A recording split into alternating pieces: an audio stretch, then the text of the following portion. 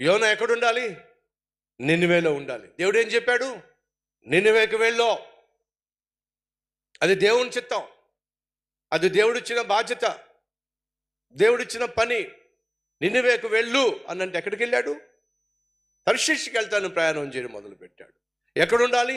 నినివేలో ఉండాలి. ఎక్కడున్నాడు? ఓడలో ఉన్నాడు. ఎక్కడికి వెళ్తున్నాడు? తర్షీషుకి వెళ్తున్నాడు. దేవుని చిత్తానికి వ్యతిరేకంగా వెళ్తున్నాడు.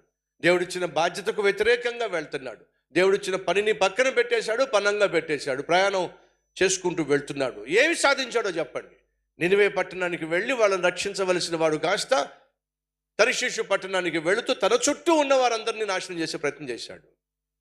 తన చుట్టూ ఉన్న వాళ్ళు ఇప్పుడు లబో దిబోం అని చెప్పి ప్రాణాలు గుప్పెట్లో పెట్టుకొని ఏడవడం మొదలు పెట్టాడు. వింటున్నారా సహోదరి సహోదరులో? దేవుడు నీకు చెప్పింది నువ్వు చేయకపోతే, దేవుడు ఆశించినట్టుగా నువ్వు జీవించకపోతే, దేవుడు నీకు ఇచ్చిన బాధ్యతలు మర్చిపోయినట్లయితే, దేవుని యొక్క చిత్తము తెలిసి కూడా ఆ చిత్తము నువ్వు చేయకుండా దానికి వ్యతిరేకంగా నువ్వు అఘోరించినట్లయితే నీకు నష్టాన్ని కొని తెచ్చుకుంటావు. నీ చుట్టూ ఉన్న వారికి శాపాన్ని తీసుకొచ్చేస్తావు.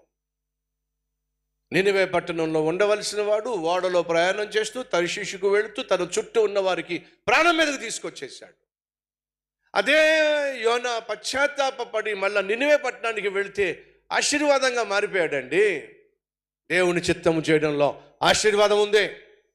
దేవుడిచ్చిన బాధ్యత నిర్వర్తించటంలో ఆశీర్వాదం ఉంది.